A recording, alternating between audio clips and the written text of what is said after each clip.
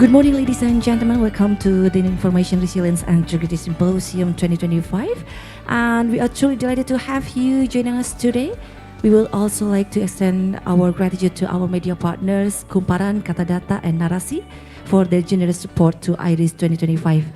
Ladies and gentlemen, we inform you that our special event will be started in a few minutes. Please enter the room and please be seated. Thank you so very much for your attention and for your cooperation.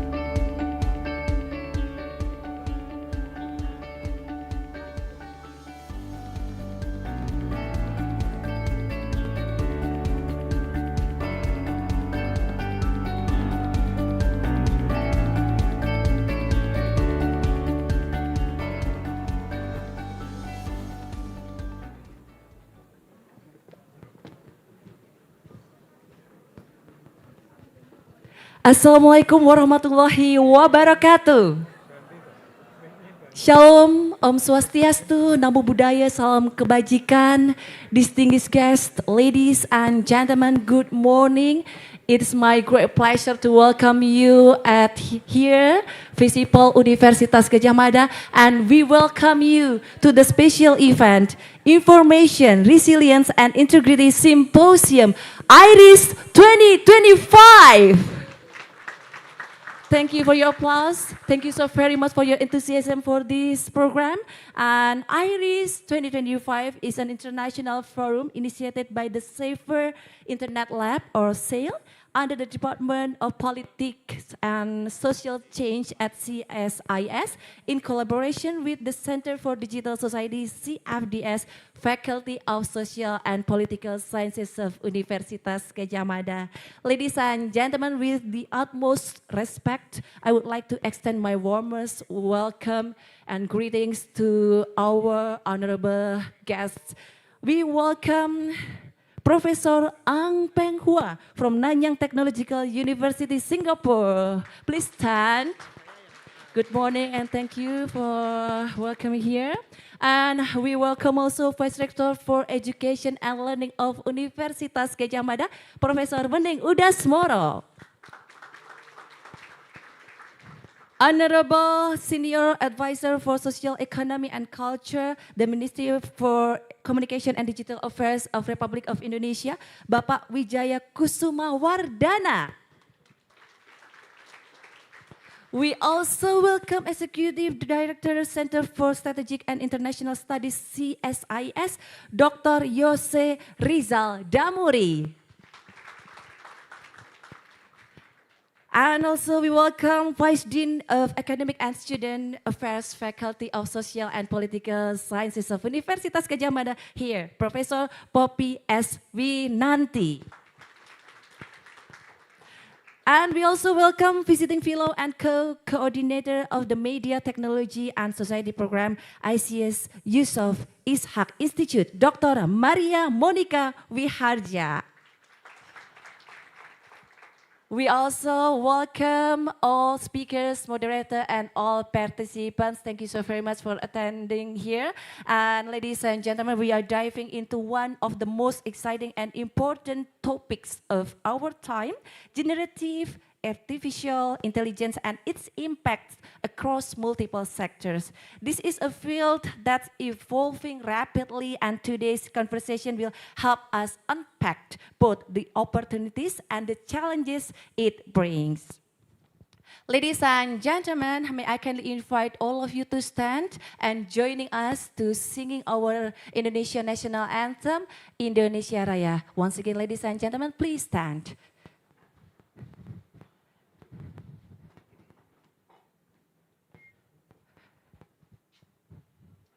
Indonesia Raya.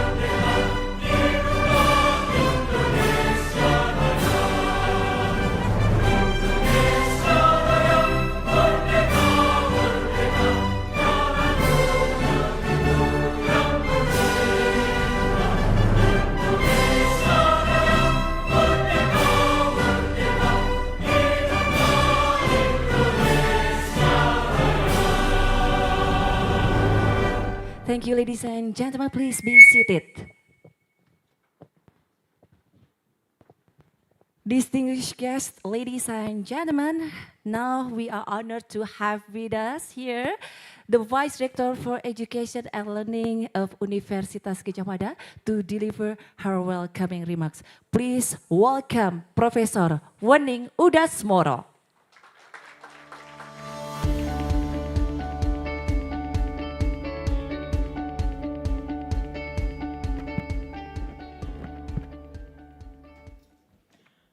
Good morning everyone. Assalamualaikum warahmatullahi wabarakatuh.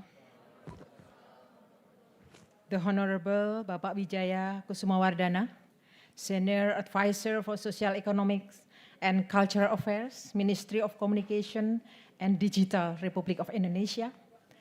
Dr. Yose Rizal Damuri, Executive Director, Center for Strategic and International Studies, CSIS. Professor Peng, Nanyang Technological University, Singapore. Dr. Maria Monica Wiharja, Visiting Fellow and Co-Coordinator, Media, Technology and Society Program, ICS, Yusuf Ishak Institute. Professor Poppy S. Winanti, Vice Dean for Academic and Student Affairs, Faculty of Social and Political Science, and all participants joining us this morning. On behalf of Universitas Gadjah Mada in the Faculty of Social and Political Sciences, I extend my warmest welcome to this forum. Would not be possible without the support of SAIL, CSIS, SFCD, CfDS, and Visipol Universitas Gadjah Mada. We are honored to host this gathering. Its timing, its apt, and theme is highly relevant to our present context. This year's Information Resilience and Integrity Symposium center on generative AI and information resilience in Asia-Pacific action and adaptation. Generative AI is a transformative force with both promise and peril. It can accelerate development, expand opportunity, yet it also enables fraud, manipulation, surveillance, and even electoral interference.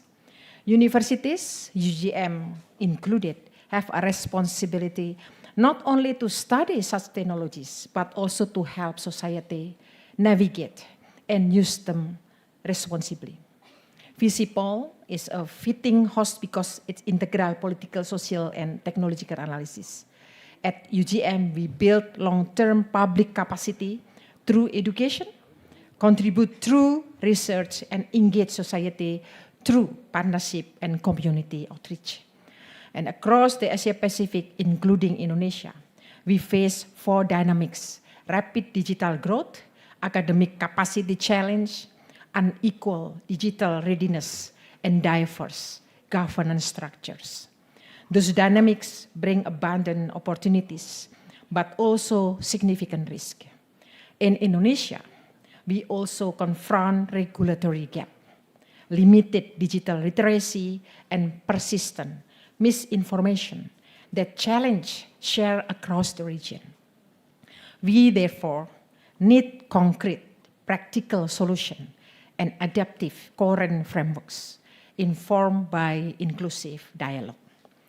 Innovation plays a pivotal role in today's world, but it must never undermine trust or democratic values. It should strengthen social cohesion and democratic resilience, not erode them. The adoption of Gen AI must be ethical and inclusive, respecting privacy, advancing equity, and upholding human dignity. Through today's forum, I encourage all participants to treat IRIS as a launchpad for ongoing collaboration and a space for actionable solution. Let us work together to ensure that the future of Gen AI is grounded in integrity, resilience, and regional solidarity. Thank you very much. Wassalamualaikum warahmatullahi wabarakatuh. Thank you so very much, Professor Wening Udasmoro, Vice Rector for Education and Learning of Universitas Gadjah Mada, for your warm welcoming remarks. Ladies and gentlemen, we will now proceed with the opening speech. May I kindly invite the Executive Director of the Center for Strategic and International Studies, CSIS, to deliver his opening remarks. Please give a warm welcome applause to Dr. Yose Rizal Damuri.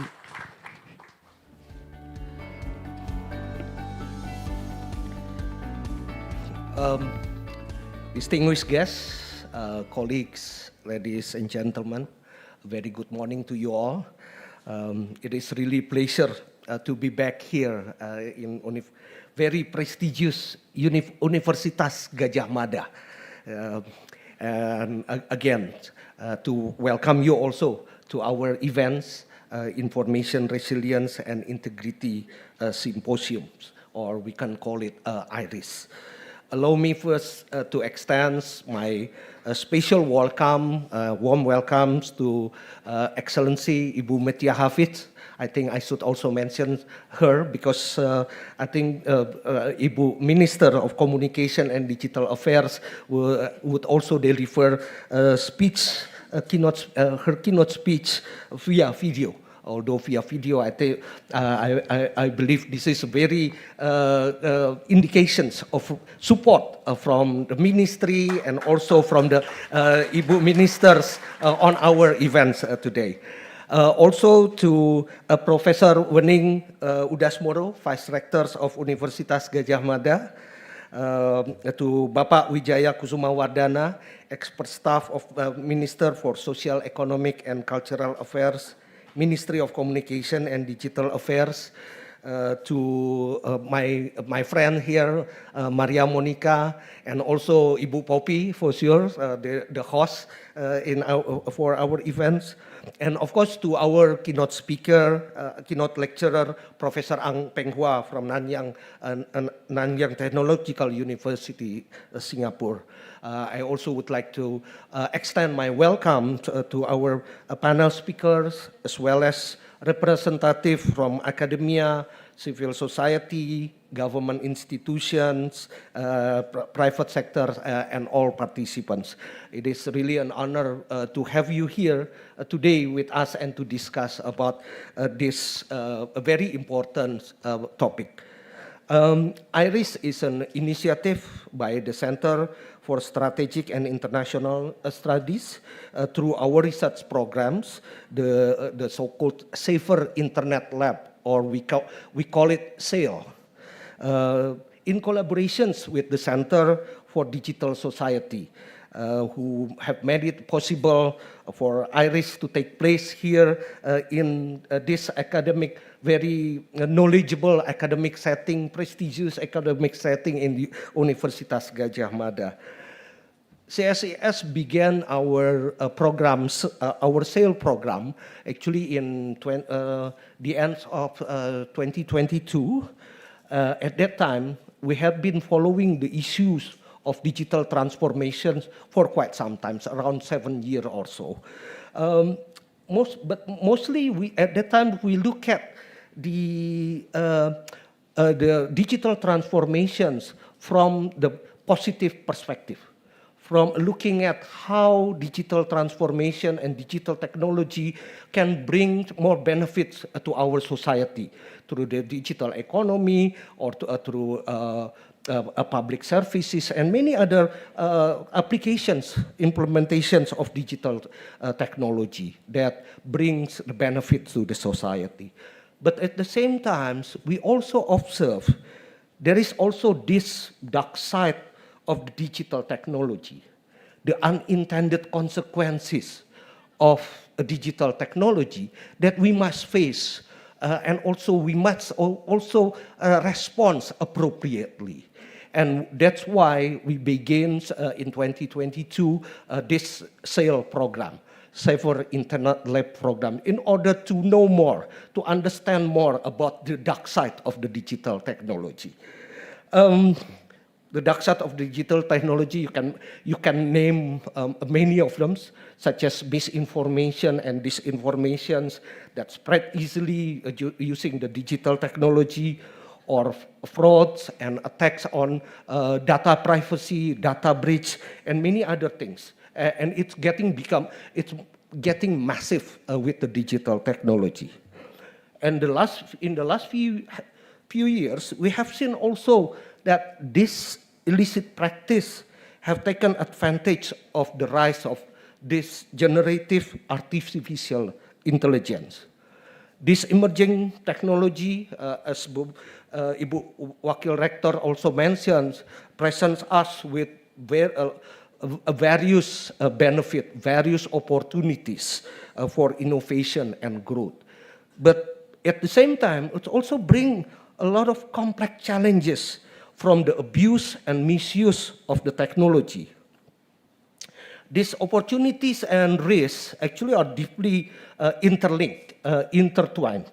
And it is precisely that we have to find the balance on how to manage the opportunity or to manage the risk while taking advantage of the opportunity. That's what IRIS try to explore, and we try to explore together today.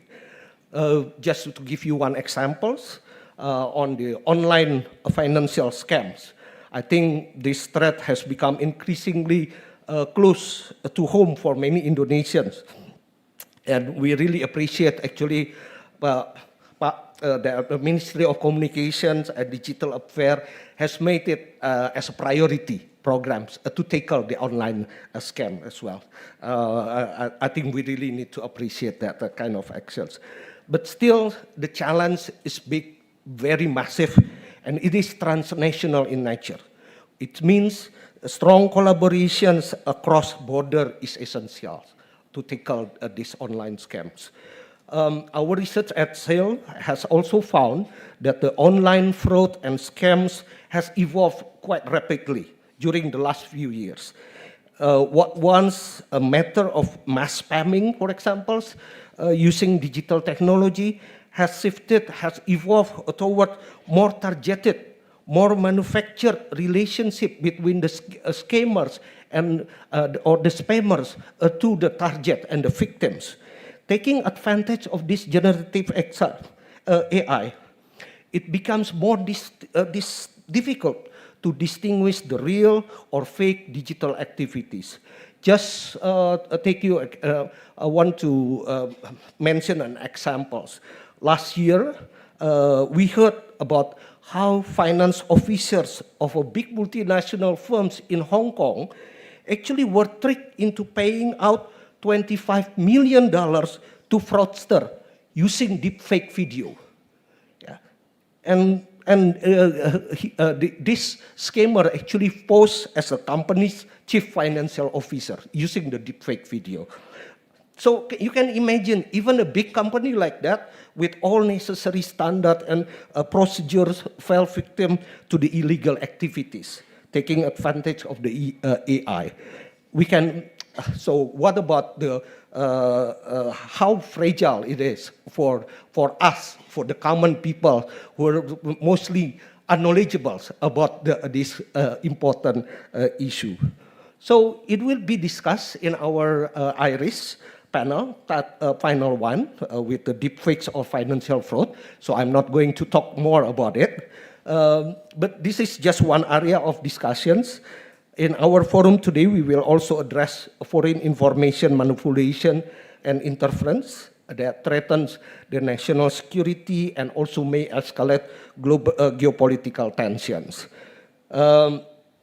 That will be, I think, covered in the panel 3 of our session today. But the issues may not only come from those kind of criminals, it may also come from other parties, such as service provider, platforms, or even authorities, or even government itself. They now have very powerful tools for monitoring and response. While it would increase effectiveness in dealing with many societal problems, excessive surveillance will pose danger to society, especially by eroding privacy and also undermining civil liberties. So we will also discuss about how we should find some balance on this effectiveness of monitoring, effectiveness of surveillance with the civil, with the privacy and the civil liberties as well. More importantly, in our discussion today, we should also look at how we could take actions, we could respond to the current situations. I think together with these conversations, we can remind us that protecting the integrity of our information space is basically inseparable from protecting the very foundations of our democracy as well. How we should develop not only policies and regulation, but also ethical use to the generative AI that currently still developing and will affect our life even more in the future. I sincerely hope this event will not only deepen our understanding about generative AI and its impact, but also foster and find practical and cooperative strategies for governance and resilience across not only in Indonesia, but also across the regions in Asia and Pacific. So on behalf of CSIS, I thank you all for your presence and commitment to come here and to be active for our discussions. Also to our partner, Center for Digital Society, UGM, for nicely arranging our important forum here today. And we look forward for lasting partnership between us in the future. So thank you very much again. Look forward for the fruitful discussions for today. Thank you. Thank you so very much, Dr. Yose Rizal Damuri, Executive Director of CSIS, for your insightful remarks for today's event. Ladies and gentlemen, for the next session, we will have a special video message from the Minister of Communication and Digital Affairs of Republic of Indonesia, Mrs. Meutya Viada Hafid. And please pay attention to the screen.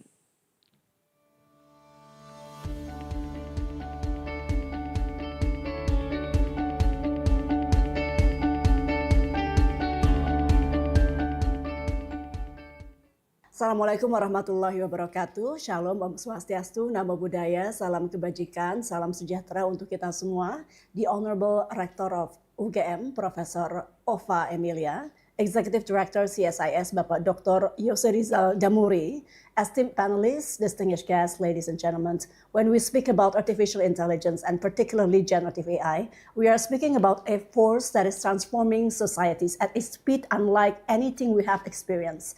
For Indonesia, a nation of more than 270 million people living across 17,000 islands, this transformation is about ensuring that the benefits of innovation reach all citizens, while also protecting them from new emerging risks. Globally, momentum is already immense. Surveys across 10 countries, including in Indonesia, show that 85% of professionals in the built environment sector feel excited about AI adoption, and almost 2/3 see AI as more of an opportunity rather than a threat. Our task is to harness this optimism responsibly. From Indonesia's perspective, the most urgent risk of generative AI exists at both the micro and macro levels. At the micro level, we worry about bias in algorithms, about AI systems that may unintentionally discriminate against women, minorities, or vulnerable groups.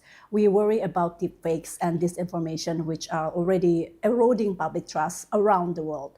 We also worry about privacy breaches when personal data is mishandled or exploited.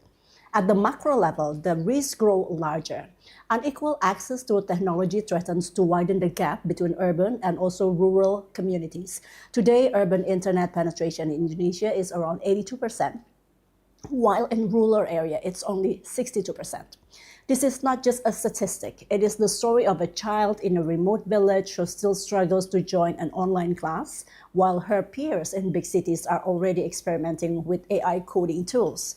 Globally, these concerns resonate. The Cisco AI Readiness Index 2023 showed that 87% of companies in Southeast Asia are still lagging in AI adoption. If this gap persists, Southeast Asia risks becoming a passive consumer of technologies built elsewhere, instead of shaping them for our own realities, building adaptive regulations, and building people. Ladies and gentlemen, one of the central challenges of AI governance is speed. Generative AI develops far faster than traditional policy cycles, leaving governments struggling to catch up. If we only react, we will always be one step behind.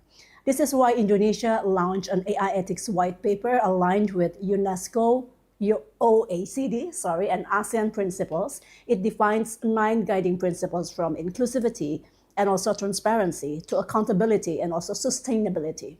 We also translate them into several safeguards such as audit trails, stress testing, and clear accountability mechanism. Equally important is coordination. Indonesia has one of the most comprehensive governance approaches in the region, involving 39 ministries and government agencies in building an AI national roadmap. This whole of government effort ensures that AI policy is not limited to the tech sector, but also integrated into education, health, agriculture, security, and also social welfare. But let us be clear now. Technology alone cannot build a future. People do.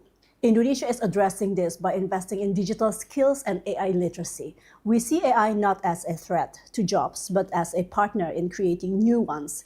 KPMG AI Pulse survey in Q4 2024 showed that 80% of organizations plan to integrate generative AI into formal business operations. If workers are equipped with the right training, this transition can be empowering rather than displacing. Let me share a simple story. In one of our provinces in the city of Sukabumi, a group of small farmers began using AI-driven tools. These tools helped them decide when to plant and when to harvest. The result was not only higher yields, but also greater confidence that they could compete in local markets. For me, this is what AI should mean, a real tools that help real people. When I think about AI, I do not just think about technology. I think about the farmer in a small village, the teacher in a modest classroom, the entrepreneur in a crowded marketplace. AI must serve them, not the other way around. A Rub Global Survey 2025 found that half of professionals now use AI tools daily or every few days. The momentum is unstoppable. The real question now is, will AI reflect our values or will it override our values? Indonesia chooses the first path. For us, AI is about dignity. It is about using intelligence, both artificial and also human intelligence, to build a future that is inclusive and just. That is the spirit we bring to ARIS, a shared commitment to ensure that the age of AI is also an age of responsibility. Thank you. Wassalamualaikum warahmatullahi wabarakatuh.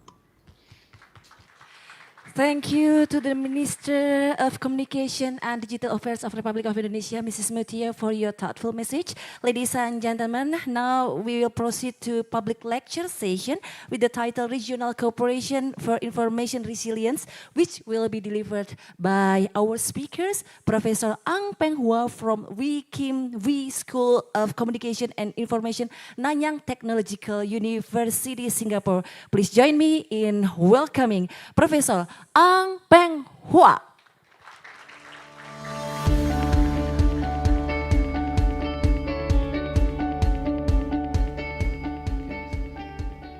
Selamat pagi. I'm delighted to be back here. You can see this shirt is from Bro, actually.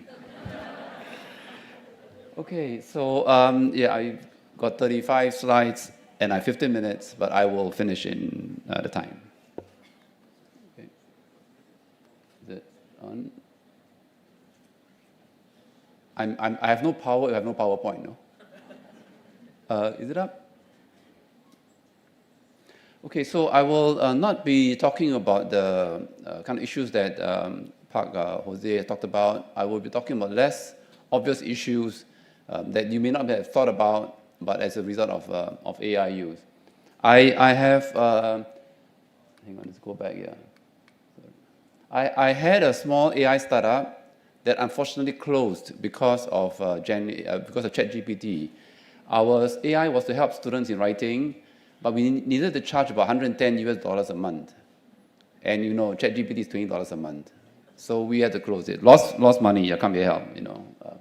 Okay, so I'm going to talk about just three critical issues that I think are important. Yeah, so some statistics. It seems like in less developed countries, AI is used more than in more developed countries. So the US, Korea, Japan, southern Europe, they're very cautious. But you can see a place like China. I just gave a talk in China, Beijing recently. And the Chinese AI programs are not collecting $1 million in revenue. They are not collecting $1 million in revenue. And you know that it costs big money to use ChatGPT. I think the estimate for ChatGPT use is a region of, I heard 200, maybe but at least $100 million a month to use ChatGPT because of the power needed. And you can see that Chat is collecting money, but it's still losing money. Yeah? Chat is collecting $700 million a year, but it's not enough money for the company yet. It's still losing money. Okay, I think first point is that AI is reducing diversity in what we experience. And I use AI generally, but of course today's talk is about information, so I will focus more on information. But the point is that AI is reducing diversity. The big thing, of course, is the speed. I think the Vice Rector had mentioned speed. Okay, so the impact of AI at an individual level. I hope this clicks through. So this is an interesting article. I hope this clicks through. Okay, no. Can someone? I need someone to click. Okay, good. And then to scroll up. I'm sorry, I need your help to scroll up. Yeah, scroll some more. Okay, let's scroll, and then yeah. Okay. So these are a bunch of numbers. So ChatGPT now has used all the English words in the world since English was written online, and then they say, imagine all the words in the world were written, and they say, not enough. Tak cukup. So now they're using what we call synthetic data produced by AI and fed into AI itself. Okay, so please scroll some more. So this is handwritten digit numbers, and I'll show you some more. Yeah, please scroll. Okay, you see that the Gen AI is a bit less sharp compared with the original one, right? But let's carry on, please, yeah. Okay, some more. Okay. After one generation, you can see, okay, it's a little blur, some more. Yeah, please carry on. Sorry, you have to do the work at the back. Yeah, please. So after 20 generations, you see that it is already becoming quite blurred. 20 times, you take the Gen AI output, you feed it in, and it becomes less blur. Some more. Okay, stop there. At 30 times, the words look like this. The numbers look like the same. So they converge. Okay, now why is it? Some more. I'll show you some more. Okay, yeah, please carry on. Yeah. Okay, some more, yeah, carry on. The next one will be, yeah, okay. You see the number, so at, is this clear? No, cannot. Disappears, huh? Yeah, the text disappears, unfortunately. Okay, so when handwritten digits is clear, but you can see at number 30 at the bottom there, it is less clear, and they all look about the same. They all look about the same, they converge. Okay, some more. Yeah, please scroll up. Okay, now look at this one. This is a recipe for cooking turkey. Okay, yeah, some more. Okay, wait, huh? Okay, yeah. So you can see after the second one, it becomes rubbish, no? Okay. If you cook a turkey, you must eat it at one time. If you don't have enough, add other foods such as potato, beans, rice, milk, but no turkey, no? Right? Okay, some more. It's rubbish. No? Yeah, okay, yeah, no. And then after 4 times, it keeps going, talking, really, this is rubbish, right? It repeats. So AI fed into AI becomes rubbish. Okay, there are some more. Now look at, so we had numbers, we had words, now we have figures, photos, images. Okay, you can tell this AI, look at the man's face, he's got marks. The lady's hands, not natural. So the first few generations, I think some of you use it would know, the AI with the fingers, you look at the hand to see whether it's AI or not, and they are not so realistic. Of course, the good ones they look realistic.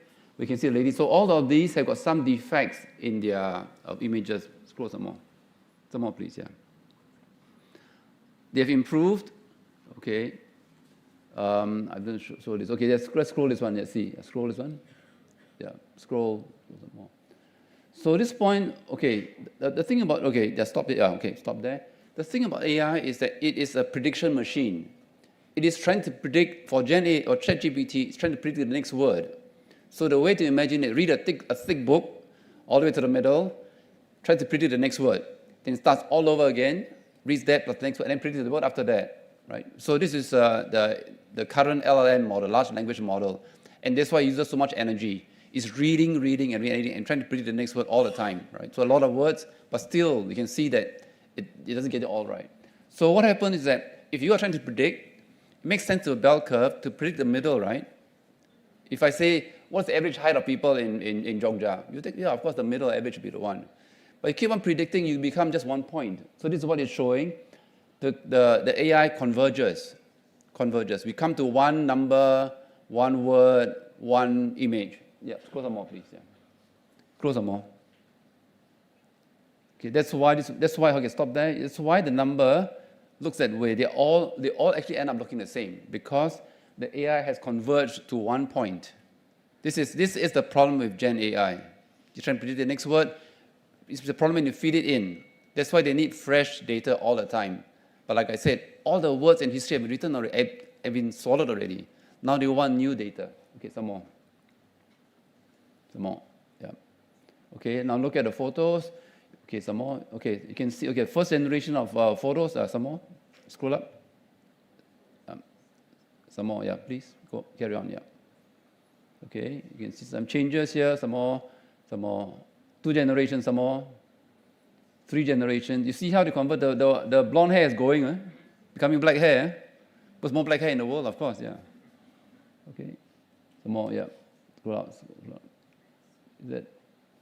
Okay, some more all the way to the end, yeah. Okay, sorry. Maybe just go back just to see the photo. Just go back, yeah, the last bit of photos. Okay, stop. So if you look closely, look at the smile, they look very similar. The hair tends to be dark brown to black, and they look very similar. So if you carry on, actually, the faces will come to be like one face. Okay, right. So convergence. The next, go to the next slide now. Go back to the slide. Thank you for doing that. Okay. So so you can see that you know certain words are used by AI. Oh, so one word that AI ChatGPT uses is delves, D-E-L-V-E-S. So when I see delves, I say, maybe AI. Okay, yeah. Okay, let's diversity. And so now talking about AI in general, because we use recommender services, right? Netflix, your Spotify, they recommend certain things. So our view first was like this, what's available, but AI recommends like this to you, each of us. Okay. So here's a funny story, recent one. So in Singapore, this is the public housing apartments. I think those of you familiar with Singapore will not be surprised. Public housing flats inside, quite nice. Okay, but this journalists were saying they look at the same, because if you look at like how do I design a flat, right? AI would recommend, hey, you do this, you know. If you look at cafes now, the new cafes, don't they look similar? Cafes and restaurants, they look right similar. How do you lay things out, right? So we are sort of experiencing less diversity in our built-up environment. So if you look, gray, white, okay, I know it's nice, but the point is that the colors look very similar. These are public housing. You shouldn't be surprised. Inside, not outside, inside, right? So the way we live now, even because of AI, not gender, but AI in general, we are reducing diversity. So that's my point, that AI reduces diversity in the way we live and experience. The second point is that it's not clear, asking your colleagues here, how Gen AI is used in Indonesia. So there was a study done in the US for over 2 years, and they found that there was increasing use of AI for personal use. Okay, so 24 and 25. Okay, so the green. That's support, and there's more of it from 24 to 25. So let me show you. Generating ideas has fallen, right? From number 1, ideas, AI, to number 6 now. Okay, and then, but the one that came up, generating code, that's why programmers are losing their jobs. You can see that all the tech firms have cut programmers. To give you an idea, so when I was doing the AI startup, I asked the programmers, right? How much time does AI save, you know? So this colleague said, a project that used to take 1 year can now be done in 2 weeks. 2 weeks, there are 26 2 weeks. 26, right? 26 and 2 is 52 weeks, right? That means that what was done in 1 year now, you can now do 26 projects. 26. That's why your developers, your programmers are being retrenched, losing their jobs because of generating code. Interviewing preparation, because so many people are writing in, the HR have to use AI to filter out. Then the applicants use AI to filter the AI, right? We do that, right? AI versus AI. Okay, so you can use AI to prepare for the interview. So I know it's a battle versus, I'm not sure who's winning here. I put a support there, you can see, second button there, support. Okay, healthy living, big jump, the number. People are asking AI, how do I live more healthy? Don't you know? Right? Why must you use AI? I don't understand. But finding purpose in life. What is the purpose of my life? Why am I here, right? Now I'm looking at Quran or Bible, like, let's use AI. Use AI. Okay, organize my life using AI. And then companionship, my friend, like, no, I don't want you, I want AI. Right? Okay. So you can see that, but already companionship was big. So I've asked my colleagues, maybe you should do a study in Indonesia. How are people using Gen AI, right? Is it like this or not? Now, of course, so what? What is wrong with using AI for therapy and companionship, right? The algorithm, because they're designed by engineers say friendly, right? Everything friendly. But AI has, I think you would have read, AI has caused, the word is causal link, suicides in places like America and UK. Some articles just came out, I plan to put it in. Because AI affirms you. I'm thinking suicide, oh yeah, you're bad, suicide, So, and then encourages, so people go down this, what they call rabbit hole, and they end up committing suicide. They feel more depressed. If you're not well, mentally not well, you need someone to be like, hey, wake up, do you need this or not? Not all the time, of course, but a human being will like, hey, maybe you should go and see a doctor, right? Maybe you should do this. So some challenges are needed, right, to people. I think in Indonesia, I missed something here, but there's increased threat of radicalization. This slide should be out, but maybe, okay, because of the factions here. My last point is that AI will lead to if you keep using it, lead to less critical thinking. Just talking to colleagues yesterday, the faculty, and they were saying, when we write, we think. I know we don't write, don't think, I know, but when we write, we think, right? You find out how to write this, right? Now AI is displacing writing, which means you think less, which means less critical thinking, right? So the first one is called cognitive offloading. You take your mind, right? Offloading. The thing, hard part, let AI do it, right? And then the result is that less critical thinking, less skepticism.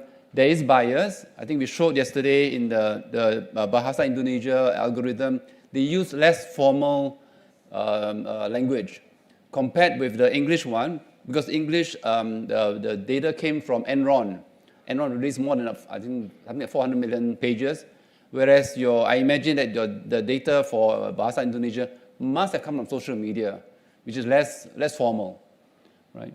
And then age and education, ironically, older people like me, orang tua like me, less susceptible. So younger people, in fact, are more susceptible. I was talking to our colleagues, my colleague did some research. The group that is most susceptible to deepfakes, the group most susceptible to deepfakes are young men. University to about 25, most susceptible to deepfakes. They believe the deepfakes, right? So don't think that you are not susceptible, yeah. So my solution at the end, I'm going to wrap up now, is that the solution has to be multi-stakeholder. It has to be. The companies doing and using AI have to be involved in this. They have to be aware of the biases. We talked about this. They have to be aware that they are by for example, being affirming all the time, that's not good. There are people doing algorithms for counseling, and that should reverse some of this. But the engineers should be told that, hey, being affirming isn't always necessarily good. Business, of course. I think we talked about labor displacement. My view is that labor displacement is an ethical issue, and companies need to take action to help people who are displaced. Because if you don't help people who are displaced, then what people will do will simply say, if I use AI, I will lose my job. Therefore, I will not use AI, right? So it makes sense for the company to say, let me see what we can do. If you are displaced, what can we do to help you? My final, my two offers government will be involved is clear. I think civil society has a role to play as well. Civil society account religious groups, because religious groups are concerned about purpose of life, right? Which is up there. And of course, academia, I'm here, I need to be employed to carry on my work, right? Okay, thank you. Thank you. Thank you so very much, Professor Ang Peng Hua, for your public lecture. And ladies and gentlemen, we sincerely appreciate the support of our media partner in making this event possible. And before we move on to another engaging session that will surely bring a fruitful discussion, let's take a moment to watch some information from our media partners. Sudah tahu berita terbaru? Buat siang paling update, ini revisi terpercaya buat kamu. Dapatkan informasi terupdate setiap saat. Memberikan informasi yang cepat, relevan, dan kredibel. Dikemas secara menarik, menyeluruh, tersedia di multi-channel. Yuk kolaborasi sekarang.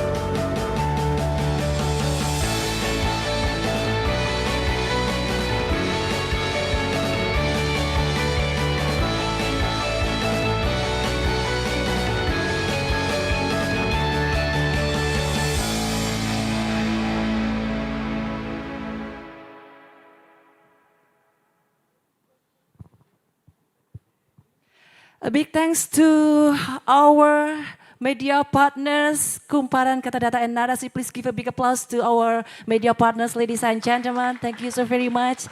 Ladies and gentlemen, now let me take a moment to introduce our next session, which is the strategic dialogue. This isn't just any discussion, it is a high-level forum designed to bridge the gap between cutting-edge academic research and real-world policy decisions. Here, experts and decision makers come together to exchange ideas, challenge perspectives, and spark innovative strategies that can truly make a difference. And it's where knowledge meets action, turning insight into impact. To guide us through this important conversation, this session will be led by our moderator. She is the Vice Dean of Academic and Student Affairs of Faculty of Social and Political Sciences of Universitas Gadjah Mada, with extensive experience in academic leadership and a deep commitment to fostering meaningful dialogue between scholars and policymakers. She's uniquely qualified to steer the dialogue toward impactful outcomes. Ladies and gentlemen, please give a warm welcome to our moderator, Profesor Poppy S. Winanti.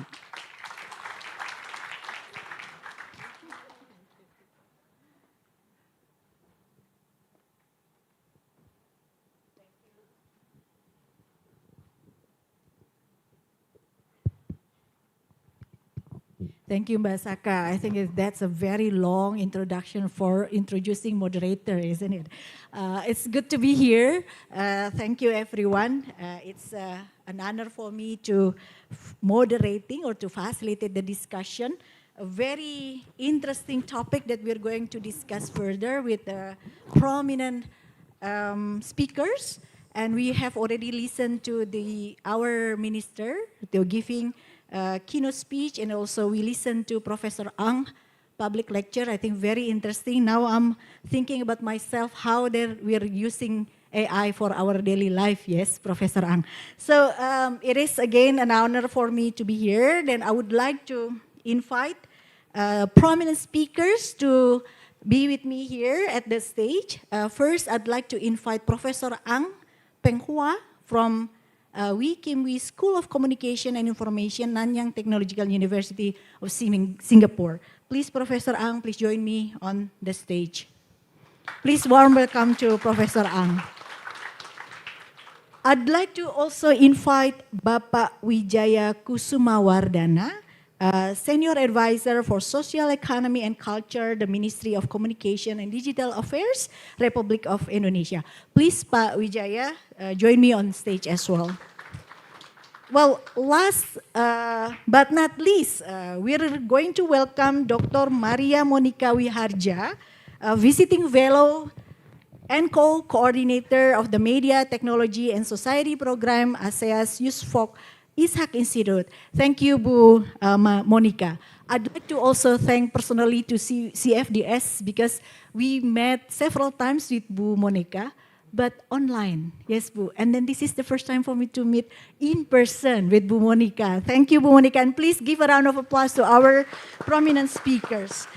Well, we already listened to the Ibu Meutya and also Professor Ang public lecture earlier in order to start our dialogue this morning. And as previously mentioned, that this is a very high-level dialogue because we would like to invite not only academics but also the policymakers in order to discuss further what is actually the benefit and how we navigate between the benefit and also challenges regarding the generative AI. And we have discussed that and listened to the previous kind of speakers as well, that all the challenges or the benefit and how then we're going to do from here. So I'd like to start and then giving the opportunity for all the panelists here. We also understand that Gen AI has the multifaceted forces. So now let's hear a bit kind of discussion from each of you. I would like to start with Ibu Monica. Ibu Monica, building on your point of view, there are several kind of aspect that we discussed earlier. We would like to ask you questions regarding what do you think is the most challenging aspect from the Gen AI? And then I'd like to hear Ibu Monica, Pak Wijaya, and then Professor Ang. Please, Bu Monica, time is yours. Okay, can you all hear me? Yeah. Good morning, distinguished panelists, Pak Wijaya and Professor Ang, Ibu Poppy, and distinguished audience here. Selamat pagi. When we talk about the most challenging AI development and deployment today, I'd like to simplify it into 3 points. This is maybe an oversimplification, as we already heard from the previous speakers that AI development and deployment has multifaceted, multisectoral, multidimensional challenges. I like to summarize this into 3 points. The first one is the fact that AI is of human. AI is modeled on humans, and AI is trained on our data. So that brings us to the questions about ownership. There's a good paper by Professor Simon Chesterman from NUS in Singapore titled "Good Models Borrow, Great Models Steal." And the fundamental questions here is whether the creators or the owners of the data that are scrapped should be compensated for the use of AI or for the ownership of AI, right? We are already living in an era, this also touches upon Professor Ang's lecture about reducing diversity, right? How everything could be reduced in terms of its diversity. Right now, I would like to quote from an article, there's no such things as originality anymore. There's only authenticity. In the near term, there are important regulatory steps that hopefully our colleague from the ministry here could also take into account in terms of addressing this in terms of ownership issue. That is to first disclose the origins of data used to train them and make clear the relative contribution of AI to the new work. So we should be compensating fairly to data owners and also to the extent to which Gen AI or AI have been used in new works. So the research community, like including platforms like IRIS, could pressure policymakers to make these important regulatory steps. The second big issue about AI deployment and development is that AI should be made by humans. And this leads us to the questions about the issue of governance. Who should be governing AI, right? And right now we have the issues in terms of democratizing the governance of AI. Should we let big tech companies to make decisions on whether or not Gen AI technologies able to edit our biometric identity, for example, or even to create child pornography images and videos, right? Should we leave it to only the big tech companies? So if AI is not democratized, then what we call tech feudalism or AI empires could eventuate. On the other hand, we also see, already mentioned by Jose this morning, that we may see governments around the world that have become what we call like draconian when it comes to governing AI technologies to entrench power. And the relationship between industries and political interest, could make government to act or not to, or refraining from acting in terms of regulating AI. And again, this is where I think research community and platforms like IRIS could play a role, that is to democratize the governance of AI, including Gen AI. And there are many good examples from what I call guidelines by soft regional organizations like ASEAN, APEC, the Pacific Island Forum, to provide principle-based guidelines on AI governance. And then the third big issue about AI development and AI deployment is that AI should be made for human, not the other way around. I think Ibu Minister already mentioned about it. So instead of being developed to fit for purpose, currently AI development is made for everything, what we call general purpose AI, right? And this has already implications on jobs, on cognitive well-being that Professor Ang also mentioned, democratic process, just to name a few, is no longer human-centric. And this pursuit of scale at all cost could lead us to what we call, this pursuit of scale at all costs, often disguised in the name of tech supremacy, not to lose in the global AI competition, like what we see within the US and China, could lead us to AI development and deployment not to be human-centric. Another fundamental problem about human-centric AI development is what also like Ibu Menteri already mentioned about value alignment, right? So what values are we using? Because technology is neutral. Technology doesn't have values, but we put values to technologies, right? Should we allow Elon Musk Grok be aligned to Musk values? Should we allow Trump's Truth Social platform be aligned to his values, right? From the moral point of view, the research community and platforms like IRIS could help derive what is called democratic account of social values. You know, there are many ways to do it. For example, identifying overlapping consensus or through direct democracy or what values we should assign to technology. And from the technical point of view, there are many ways to realize value alignment in AI system, influencing developers, influencing how algorithm is modeled, how data is trained, what data to use, checks on the processing AI systems, and checks on outputs of AI. So I think, and also importantly, when we assign values, it's not in a way to reflect what the world as it is. It should be reflecting the world we want it to be. Because then if we assign values to reflect the world as it is, it could entrench or even exacerbate, right, existing inequality that Ibu Menteri already mentioned. And lastly, we should disavow ourselves of the illusion that there's a division of labor between AI scientists and AI ethicists. AI scientists should not be just developing without thinking about the consequences of the ethical impacts of what they're building. Thank you. Okay, thank you, Bu Monica. I think it's a very insightful comment that you have for the introduction of the discussion. I'd like to ask Professor Ang. I know before from your keynote speech, you already mentioned several aspects, especially then how then AI has been generating into something more and we make us less kind of diversified. I guess you can touch upon that aspect as well. How do you think that happened and then what should we respond to that? Please, Professor Ang.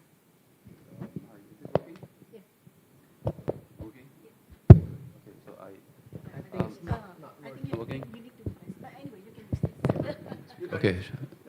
Yeah, moderator. Yeah, sure. Okay. Okay. So because the questions about the most challenging thing, I didn't think that the lack of diversity is the most critical thing. Okay. So I've two other issues.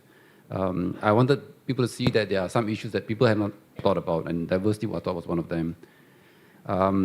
The two issues that I thought were key, but I would touch a bit on diversity. The first one is sustainability.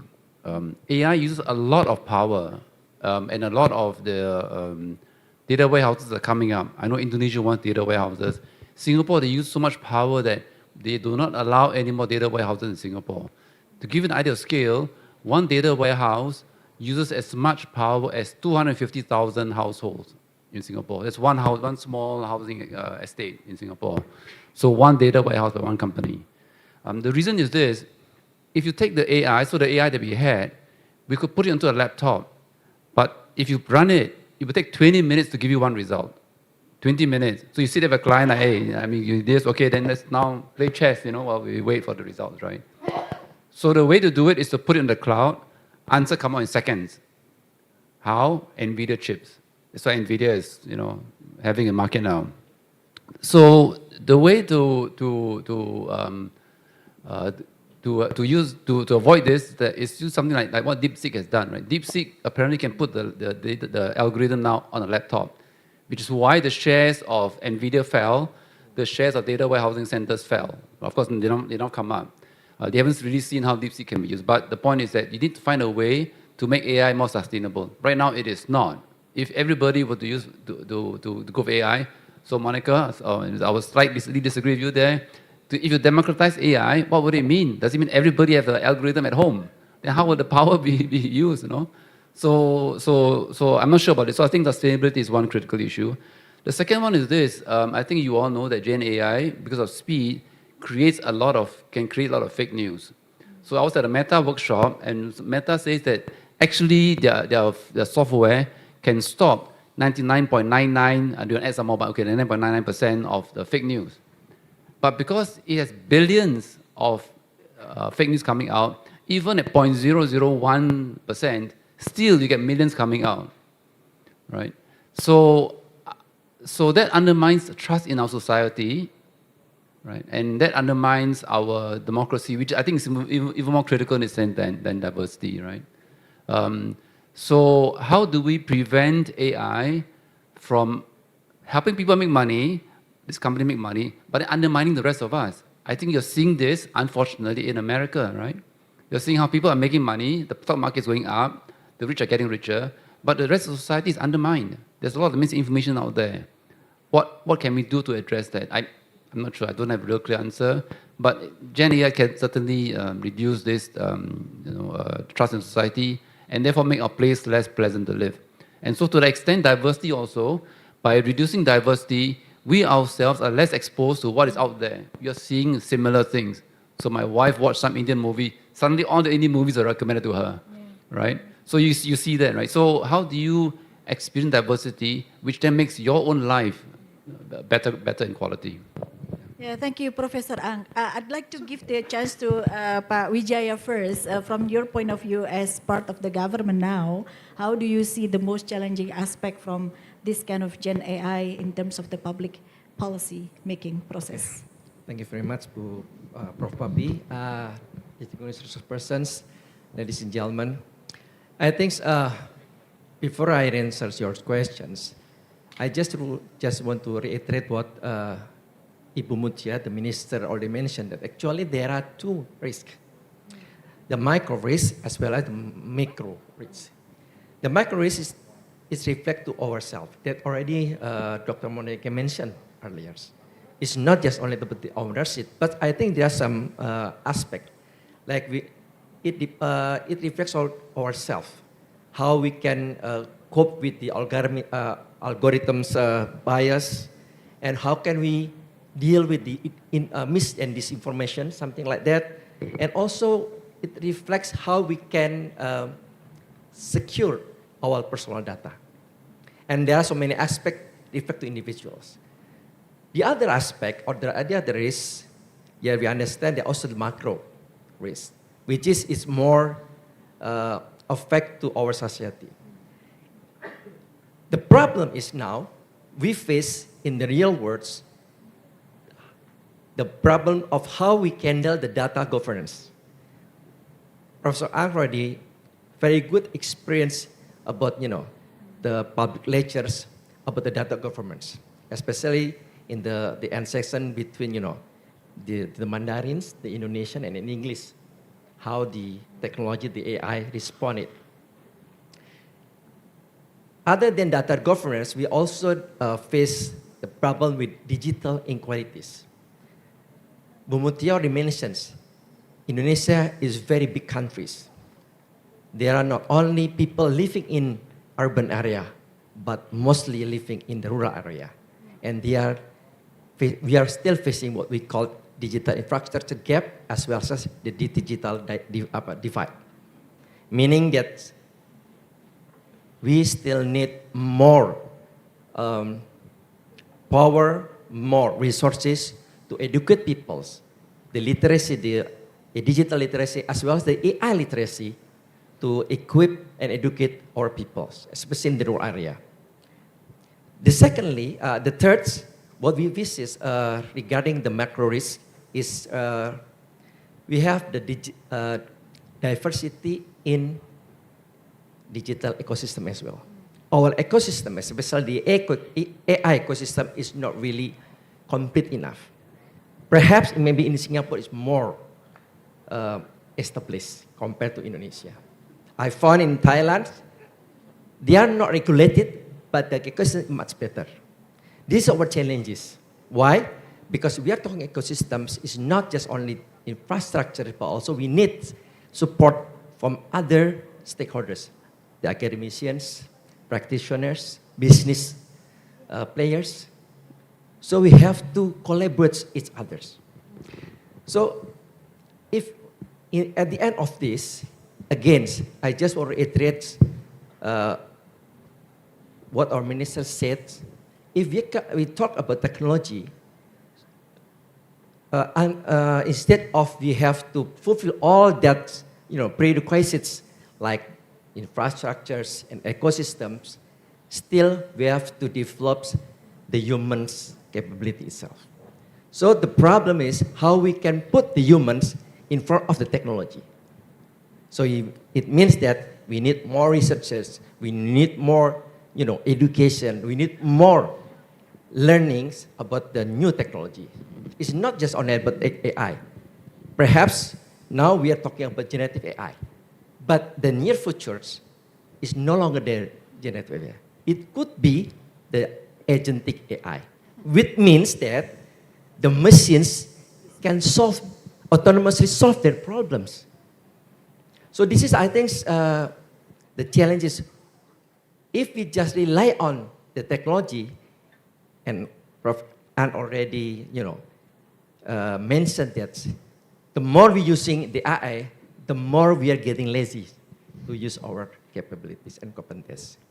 So I think the biggest risk, to what extent we put ourselves in front of the technology. Thank you. Thank you, Pak Wijaya. That's also interesting to reiterate what Ibu Menteri mentioned earlier about the micro and macro from the policymakers' perspective.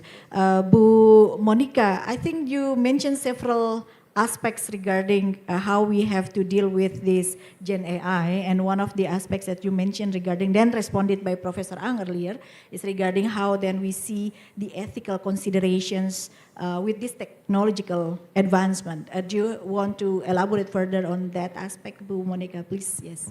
Yeah, first of all, I would like to just clarify what I said about democratizing the governance of AI. So not necessarily the technologies itself, but how it's governed. It should be, democratic enough, right? Not being dominated by only big techs, right? Or even government, or mix between the two. So in terms of ethics, I think I really would like Ibu Minister Moti statement about, and also Pak Wijaya just mentioned about the agency, right? I think what we are seeing right now is how we are losing more and more of our agency, basically. The self-feeding mechanisms of social media, and even the content that we are consuming is being curated by AI or Gen AI or some algorithm, right? So that already changed who we are, and it already changed who we want to be, because we are being dictated essentially by AI, right? And then regarding ethical issues, also I think besides agency, the issues of bias, like what mentioned about algorithmic bias, right? How it could entrench, the existing inequality, right? I think Southeast Asia, most apparent kind of loss if we lose such diversity, and if we have the impacts from this algorithmic bias, is that we are losing more and more of our regional diversity, of our cultural, social, political diversities, right, in Southeast Asia. And Southeast Asia is, one of the most diverse regions in the world, or one of the most diverse regions in the world in terms of religions, in terms of ethnicities. Indonesia alone has, more than 1,000 local languages and more than 600, 700 ethnicities, right? So we don't want to lose that nuances when it comes to LLM development. But I think there's some good news in terms of how many Southeast Asian countries, Singapore has come up with Sea Lion, right? Indonesia has also come up with localized LLMs, so that could reduce, this algorithmic discriminations or bias. So I think, in terms of ethics, it's good that Indonesia has come up with AI ethics guidelines, right? And ASEAN also has AI ethics guideline and governance, but again, like what Ibu Menteri has already mentioned, sometimes regulations don't keep up enough with how technology is developing. So I noticed that the ASEAN AI ethics and governance guidelines, for example, only mentioned about Gen AI in like 1 or 2 paragraphs, right? And they said it is yet to be developed. Although there are like discussion within ASEAN about Gen AI, how to regulate Gen AI, but regulations don't keep up enough, and we have to have policy making that is different because of the speed of how technology move, right? Some countries regulate faster, EU, China, Singapore, right? And it's good that Indonesia is adopting, some models of existing framework and regulations. We don't need to we don't need to create our own, AI ethics. We can adopt from other countries' existing frameworks. But at the same time, we do need to adjust it to local context, because when we talk about AI and Gen AI, it's not only about technicalities, but also there are like political considerations, right, associated with and also constrained by regulatory landscape in the countries as well. So it has to be adjusted to a country's local context. Yeah, thank you, Bu Monica. I think when we're discussing on the ethical considerations and the capacity of the country, especially in the Asia Pacific, in dealing with that, is still we find a gap among these countries as well. So I'd like to follow up on that aspect with Professor Ang. You mentioned earlier that there are, again, several kind of challenges, but then we see also the opportunities. Then, in your opinion, how then we are going to balance this between, addressing the challenges and then, kind of optimizing the opportunities into integrating Gen AI into our daily life? Would you elaborate on that aspect, please? Okay, you're asking a man who closed his startup about opportunities. My opportunity flew. Okay, so I have a view that the ethical codes, and sorry, I throwing a grenade here, are quite useless. Quite useless. What's that? Yeah, let me tell you. Right. I may not get invited back here, but never mind, right, guys? Yeah, I'll miss Gadjah and UGM. So let me give you just one example, right? So there was a rumor that your iPhone, that Uber or Gojek here, I guess, the rumor that Gojek or Uber will know if your phone, how much battery is left on your phone. And that if you are a woman at night and your phone battery is low, they'll give you surge pricing. But the chief economist, oh, that's not true. Then he said some other thing which is kind of funny. He said that we found that if we charge people not by a round number, but by some odd number, then people feel, oh, this is by the computer, so they're more willing to pay. So if you look at your phone when you ask for a ride, it is often not a round number.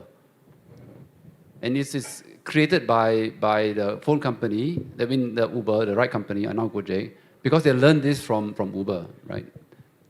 Is that good or not? Is it fair or not? What is search pricing, How much do they search, right? Why? So you tell me, okay, if I'm a woman and I'm in a dark place, my battery is low, you will not search pricing. How do I know that? So in fact, I wrote a piece to say the government should force these companies to tell us what they include in search pricing. There was one time when our subway broke down, and the ride from the city center to the suburban area was $200, which is about $150 for one ride. In fact, the man who gave the ride was so embarrassed, he didn't collect the money, he collected less than that. But what are the factors that go into search pricing? And nothing's been done. So although there's all the codes talk about transparency, fairness, and all that, no one has forced these companies to tell us what do they include in the search pricing, right? You want to know, right? It may be fair. Then show us that it's fair. But they don't do that. So that's what I mean by the codes are quite useless. They need to be enforced at some level. And right now, I don't know any country that's enforcing it. So on the sad part of my startup, let me tell you about our code of ethics, right? I know, useful, but in the end, we lost money. So the startup, I was telling you, we're writing essays for school children. And the question then was, should we grade the essays or not? Because every parent wants to know the grades, right? We had a lot of discussion, and we concluded, and it wasn't just me, it was my colleagues who were doing in the shares and all that in the company.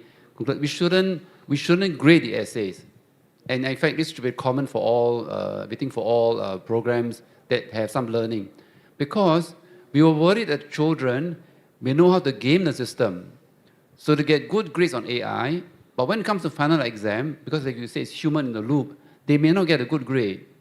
So they are misled. So we concluded that we will not grade the essays. And in fact, our Singapore Ministry of Education had a program they talk about all across. In the end, nothing has come up, so I don't know what's happened. We tried to bid for it, we couldn't. They needed a big company, and we were a small company, so we couldn't bid. But they have also decided not to grade the results of what they produce. I think for mathematics you can, to a certain extent, but for writing, they will not allow grading. So if you look at the issue of grading, right, it is not in any of the codes. No code says you should not grade essays of school of any learning or examination topic. No one says that. So I think that, so what I've written on a paper on this, every AI application should look at ethical issues within itself. So you have a big code, which I guess at this level is quite useless, but every AI app, every AI program should see what are ethical problems that our users may face, and then honestly come up with some code of ethics to guide them. Of course, the question then is, what if you don't have a code of ethics, right? So my view is that in the long run, you'll suffer. So I mean, basically, the theory about ethics is that you can have a short-term benefit, but long-term, you will suffer. So that is kind of where this is coming from. So I hope you need research to show that it works. So I have a theory, right? I need to show that actually, if you don't do the good thing long run, you'll die. Basically, you'll die. But we need evidence for that. Thank you, Professor Ang. That's a very interesting aspect that both Ibu Monica and Professor Ang mentioned earlier, and I want to ask Pak Wijaya opinion on that. There is an ethical consideration. There is a problem with how then the big tech company, say for example, using the data, using all the things that we have been doing with these companies, and then they're doing it for their own purposes. So how then the government's role in that kind of situation? What sort of like government policy or national strategies in order to deal with both the ethical aspect, and how then we are going to regulate this big tech company, while the Indonesian case, we are still also facing some sort of like issues regarding the the digital gap, digital infrastructure, and so on and so forth. Please, Pak Wijaya, I know it's a big question, but you can answer that, I believe. Yeah. It's quite interesting, and also important issues that we have to raise in this valuable forum like this. I agree with Prof. Ans. So if you are talking about all the ethical norms, actually there are 9, all with T at the end. Inclusivity, sustainability, accessibility, and all the T's. But I think the more important thing is how we can put practically in the code of conduct. I think if we are now, we still have the white papers. We are still formulating what we call the AI roadmaps. But in the real life now, we already launched what we call the government regulations, what we call PP Tunas, peraturan permintaan soal using in bahasa Indonesia because the regulations is government regulations, peraturan permintaan nomor 17 tahun 2025 tentang tata kelola penyelenggaraan sistem elektronik untuk perlindungan anak. So actually this is the regulations how we can protect our children from the global platforms like that, from any algorithms that the big companies want to take benefit from the children's. I think in ASEAN, we, the Indonesians, has launched it. I don't find any other ASEAN countries, I don't know, even in Singapore. Even in Australia, they are the initials, the first initiative to protect the children, but they don't have, like, the clear and quite detailed stipulations or clause in the regulations to protect the children. Actually, we are not, in these regulations, we are not prohibiting the children to enter the social media or any device. But we just to put first, to delay the way they have to enter the social media. Second thing that really important in these regulations is we regulate the big company to put some control in their systems. We don't interfere their algorithm or their system or their technology.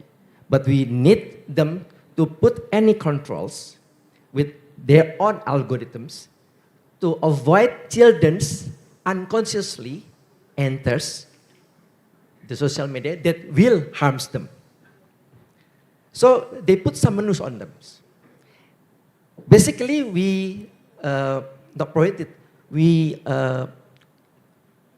constrain or not constrain, we convince the participation of children under the age of 13, unless they got approval from their parents.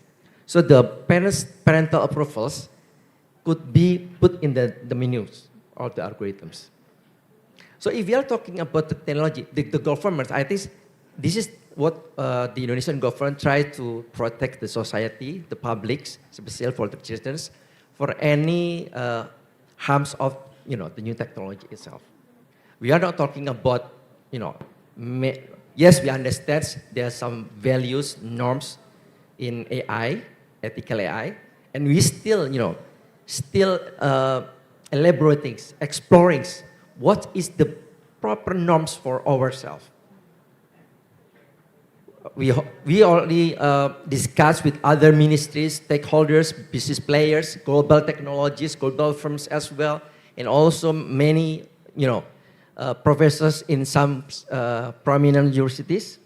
And I think what we have to do is, if you're talking about technology, we cannot do by ourselves. Government cannot do by themselves. We have to go hand in hand with other stakeholders, especially from, university academics, professors, as well as business players as well.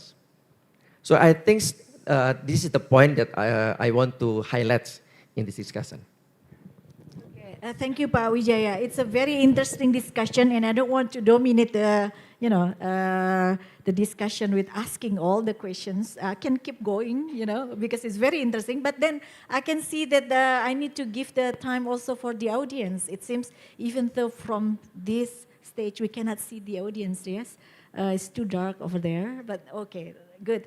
So I'd like to, okay. See, now I can see that some people raised their hand already. So sorry before that I don't see anything. Well, let me check first. I can see someone from here, there. Oh, sorry. I need a female. Okay, right. So we have like 3, is that correct? Here, 1.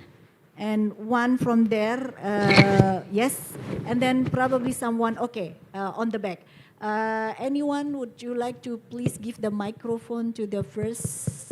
Would you please be brief in addressing your question, and if you have any specific speaker that you would like to address to, please be brief, all right?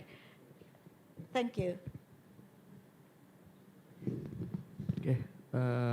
First of all, thank you for the presentation. I would like to ask to... Your name, please, and and your affiliation. Let me introduce myself. My name is Fikri Novian Pratama. I'm from FPB UNS of Faculty of Economic and Business, University of 11 Maret, Surakarta. And I I would like to ask to Bu Monica and Pak Wijaya, can you give us advice as young generation to face transformation in AI used for daily problems? From Professor Eng PowerPoint, to contribute to Indonesian development in future. Thank you. Let us collect all the questions first. The first one is regarding the young generation. The question from the young generation, your advice for the young generation. In terms of music. Yes. For you and also for the Indonesian development. Well, the second question from the audience, I think from the middle on the back. Yes, yeah.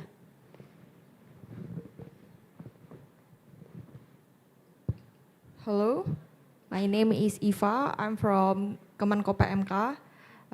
Where I have a question.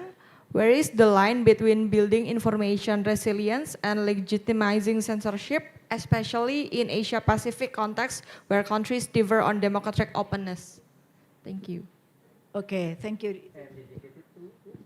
Do you want one of the speakers to respond to your question, or you want to all? I think all. Yeah. All, okay. Is censorship and the bridging between censorship, the right of the censorship, because the democratization is different in each country. All right, from this side, yes. Thank you. I am Nabila from Communication Department, Magister Program. I want to respond. According to me, the timeless problem is about gap. Who can take advantage and avoid risk? I think that the people and the children who is more well educated, more literated, and better wealthy economic situation. So how can can we do something to make no one left behind in this AI era? In Indonesia, the spirit of technology adaptation is regarded to the aim of digital transformation, but our effort is not adequate enough to mitigate the risk in social life. I mean, it is about multi-sectoral, Komdigi do something to avoid the risk, and then the Minister of Education do something that make curriculum about coding and AI in more technical and skill aspect, but I think there is no adequate effort to build the critical thinking about digital and AI use in children and also in the family, I think. Okay. Also, yeah. I think your question should be addressed to Pak Wijaya. Is that correct? All right. Okay. So I'll give the chance first to Pak Wijaya because most of the questions also addressing to the Indonesian government as well. Please, Pak Wijaya. Thank you, Prof. Poppy. So the government bears the blame. No. Okay. First, I have to answer Mas Pratama, betul tadi? Dari UNS ya? Okay. What is your advice for the youngsters? First of all, before I answer your questions, I have to give some figures. So the figures says like this. In terms of using AI in Indonesia, there is a survey by Katadata in 2023. This data reveals that 51% of the respondents, of the youngsters, goes to the Gen Z groups. And the 33% goes to the millennial groups. Only the senior groups bears only or holds only 60%. It means that if we are talking about the new technology, AI specifically, the Gen Z and millenniums generations is the dominant users. So it means that the governments is aware that we have to protect these youngsters. So how we can protect? First, the government, what we can do, we just regulate. What we can regulate, we regulate how to use that, how to avoid the youngsters from the dark side. I recall from, Jose mentioned, the dark sides. So we have to put on the Jedi side, not the sick side. It means what we Jedi side. So we put how the youngsters, we promote and encourage the youngsters to learn more. That's why all ministers have the program what we call digital talent scholarships. The digital talent scholarships comprise of 8 thematics programs. The highest ones is we are talking about blockchains, AI as well as. But the basic ones we are talking about, how to understand about digitalization and so on and so on. Digital marketing is the next levels and other levels. So it means that now our government, especially our ministers, and collaboration with many universities, we developed what we call digital talent scholarships. Besides this kind of program, now we are also promoting the new program, what we call AI Center of Excellence. Actually, now there are only 2. That's the government initiative, but we also support the private sector initiatives. The governments, we already developed what we call the AI Center of Excellence in Papua. The first ones in East Java, especially we collaborate with the University of Brawijaya. In these years, we expect that other universities, including UGMs, to also develop what we call AI Center of Excellence. Solo already has one, but it's developed by Indosat. And also we also encourage other telecommunications firms and other private sectors, domestic as well as overseas, to invest in this kind of programs. So I think if what we really want from the youngsters is we have to learn more about this technology. And governments already provides that kind of channels. Now we are talking about, I'm not really sure about the second questions, bridgings from Mbak Eva dari Kemenko PMK. Could you, PMK, yeah. You're talking about how to bridging the censorship and democratization, something like that. Well, I'm not really sure how to respond this question, but actually if you're talking about AI,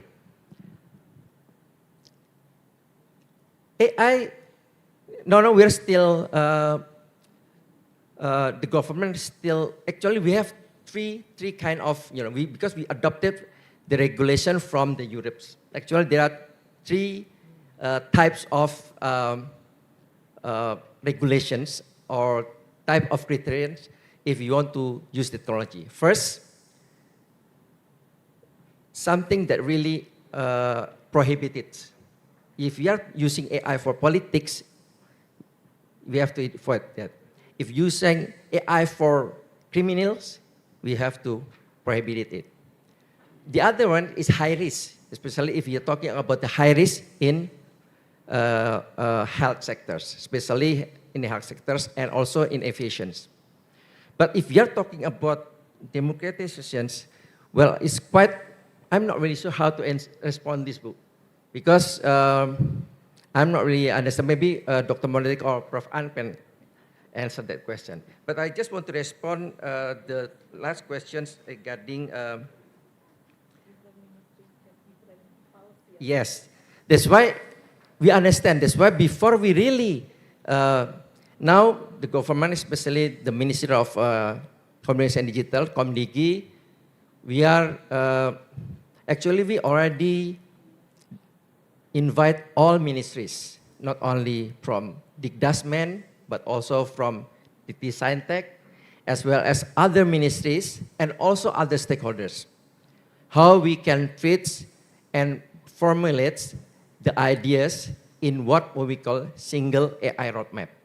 Yes, we understand that the policy is not one size fits all, but we are trying to put this kind of document is living documents that we can, flexible with adaptations, with new dynamic, growth and issues in the near futures. So if you are talking, yes, we understand that policy, sometimes our policies that goes this way, the other policy, ministry policy goes that way. That's why I think we have to sit in the same room and same tables. And we are not really pushing the policy. It should be in a similar tone, but we would like to have the similar ideas to which way we bring this technology for the benefits for the people at most. I think that's... Thank you, Pak Wijaya. Professor Ang, would you like to respond to the first question? Okay, so I guess my response would be to advise to the young. I think many of you here are interested to know. So of course I know researchers working in use of mobile phones, and all the researchers working on mobile phones give their children the worst phone possible. So I have a friend who has written a book on digital parenting. She gave her child your slim phone, not smartphone, the normal for SMS. Basic SMS one. And she had to go and find it in Singapore. They must find some place where only one facility had, so she found it. And the daughter says that she has the worst phone in the whole school, right? So there is the point about researchers dealing with the impact of mobile communication on children, right? So in the same way, what I'm telling you is that although AI is available, especially to the young, you should not overuse it. So I just have maybe two advice. First, cut and paste is wrong. If you cut and paste, you're not evaluating it. There can be hallucinations. I was telling your vice rector that I gave one student an F, in fact a 0, because he copied and cut and paste, and they were fixed citations. So one was an F, one was a D or E, and D or E you pass, but you will not graduate. So D and E because they just simply cut and paste. So certainly don't just cut and paste. And you need to bring in your critical thinking into this space, because think about it, right? Say two of us are working together and AI is available, right? I use AI, he also uses AI. What's the difference, right? But now he's got critical thinking and I don't have. Because in university, I kept using AI without thinking, right? Who will get ahead? Of course, he will get ahead. So the tools are out there, but how come I'm behind and he's ahead? Because use critical thinking. So I think the problem is that AI works, but it works for the short run. You have to think for the long run. Thank you, Professor Ang. Ibu Monica, please, time is yours. Yep, such great questions.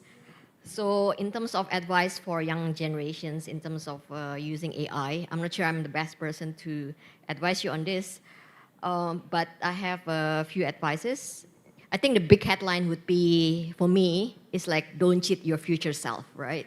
There's a lot of tools that you can use, but you still need to learn all the basic skills.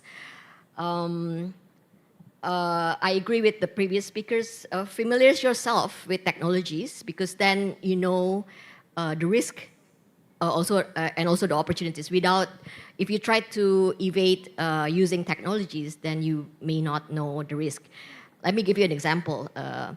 Just recently, my relative showed me how we can create deepfake videos using Grok, subscribe Grok, right? I can take a picture of any of you here, sitting, side by side, and I can make a video of you cuddling, right? And then you can blackmail your maybe ex boyfriends or whatever, right? That's how dangerous the the technology is. But without familiarizing yourself with technologies, then you won't know.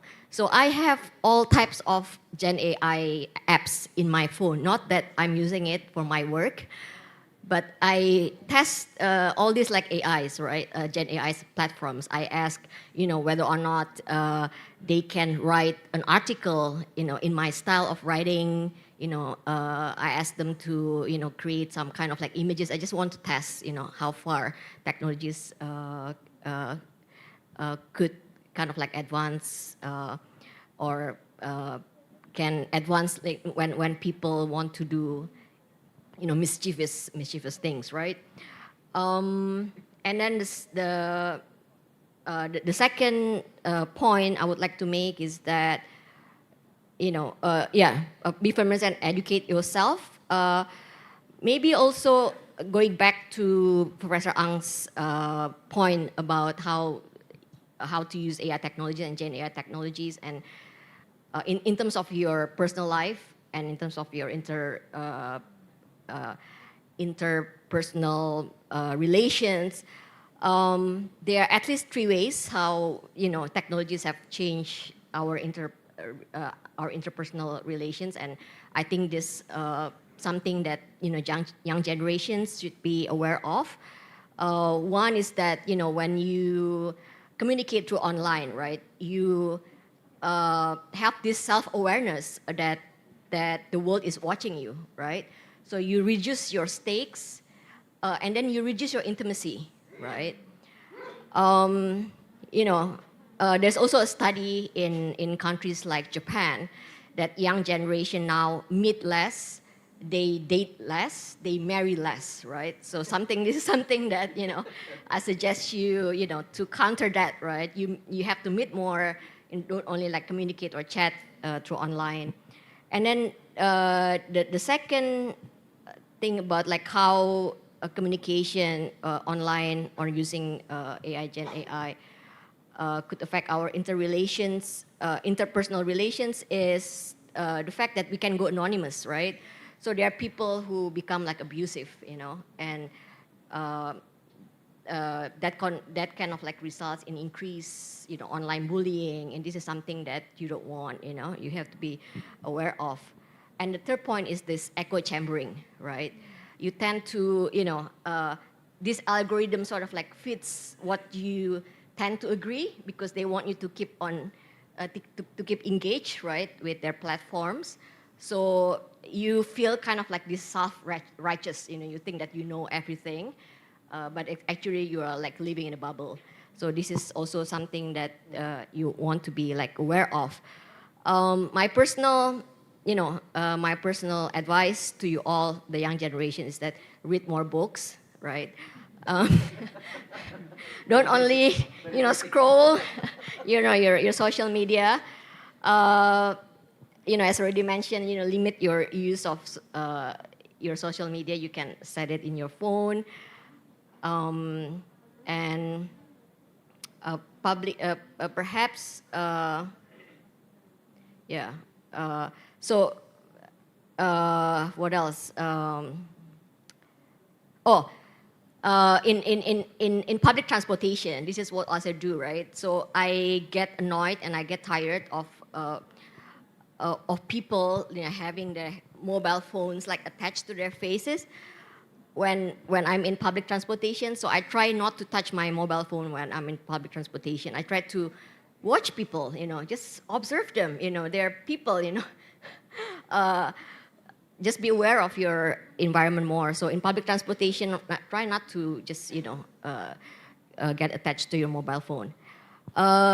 So now going to the second question about censorship versus democratic process, I think that's really a good answer. That's why I said, like, yes, you can adopt a regulation, from EU or from China or whatever, or if Singapore, right? But they have different sort of like political landscape. They have different priorities, national priorities.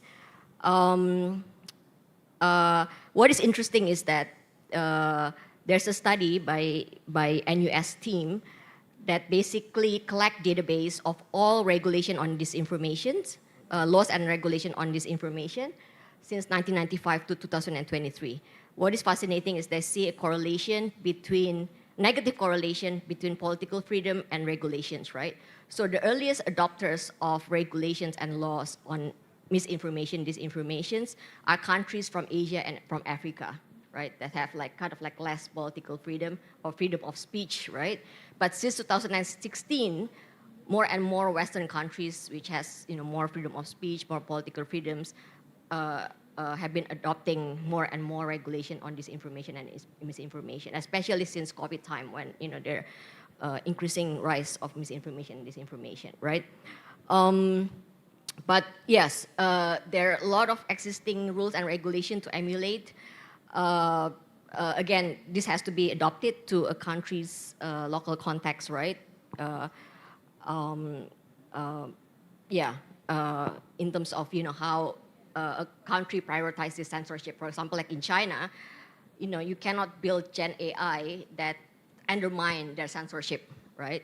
But also China has a lot of good regulation in terms of protecting their intellectual property rights on training data and these kind of things. While EU is very heavy on rights, like technology developers cannot deploy facial recognitions for surveillance, for example, right, or for credit social scoring. So countries in Southeast Asia could look at all these existing rules and regulations, guidelines, but still need to be adjusted to a country's local context, right? So maybe, on the third question, I think, certainly there are things to be done in terms of bridging the gap, in terms of the impacts of skill bias technologies, but because some studies did show that those who benefit digital technologies are the more educated ones, right? So you kind of although maybe all boats are lifted, but still those who benefit more are the more educated ones. So there has to be some affirmative actions and things to be done by the government to bridge these gaps. Well, thank you, Bu Monica. We believe that it's not only those who are joining us in person, we also some audience joining us online. And there is one question from the online audience from Emira UGM. But then since considering that we have a very limited time, I'd like to each panelist to respond to this question, including the closing statement. So the question is very related to what we're discussing. How can Asia Pacific countries ensure academic and journalistic resilience against the over-dependence on generative AI? That's the question from Emira from UGM. So I'd like to ask each panelist to respond to this question, including also the closing statement from you in order to close this discussion. I'd like to invite first Professor Ang and then Pak Wijaya and then last but not least Ibu Monica. Please, Professor Ang. So I'm not sure what it means by over-dependence on Gen AI. The newsrooms are beginning to use AI. The kind of basic one would be like they put up what is trending on the site. So I was told that in China there was one newspaper put up 24 screens in newsroom to show different metrics of how the news is performing. There's a lot of pressure then on a journalist to write so that their news appears on that screen, right? That you're trending up. But of course they realize that's not a really sustainable long term. And also then you don't do deep and lengthy stories, right? You only do short stories that go viral. So that's kind of a trick. And I guess they're learning how to adapt to that. So the chief scientist that we had on our startup was hired by MediaCorp, the TV station. So we lost him. I think he's tripled his salary when he joined them. He told me that he has done a 17-page prompt. I know our prompts are maybe a few lines. He wrote 17 pages prompt to help the journalists get background stories from their own archive to help them in their reporting. So you can see this is the case whereby you're using your own resources to help make your story better. And I think that there'll be more of these coming on. In other words, how do you strengthen your own stories, given that your background already, but you got to do your research, right? So I think, if anything, I think the use of Gen AI will increase at least in this short to medium term, so that it helps strengthen the story, but not to the point that it stresses out the journalists. It doesn't make sense, because the journalism industry is not doing well, so not many people are going in. So when those who go in, you want to hang on to them, you don't want to leave. And so if you put stress on them, that's not sensible. So somewhere, I think they need to be, they're aware of that, but yes, they definitely will increase the use of Gen AI. Thank you very much. I think if you are talking about the use of AI, Gen AI in journalism, the most important thing is at the initial stage, perhaps you can use that for collecting data, research to help them to more research. But still the most important thing is how to deliver the communication to the public. So at this stage, the critical thinking or the creative thinking of the journalist is required. So it's not just rely on the technology, but put the human aspect inside. Because I think most of us know how the technology, the field, technology, maybe if we instead read written articles, for example, I put some, prompts to AI, and the answer is somehow is quite, just in average. But if ask a humans or my staff, or even a professional journalist, to write an article, just one paragraph, we understand there is a feel inside. So don't rely on just on technology. Use the technology to help you to research, to more efficient, to short the times instead of doing manually. So again, my closing statements puts the human sides, the bright sides, in front of the technology. Thank you.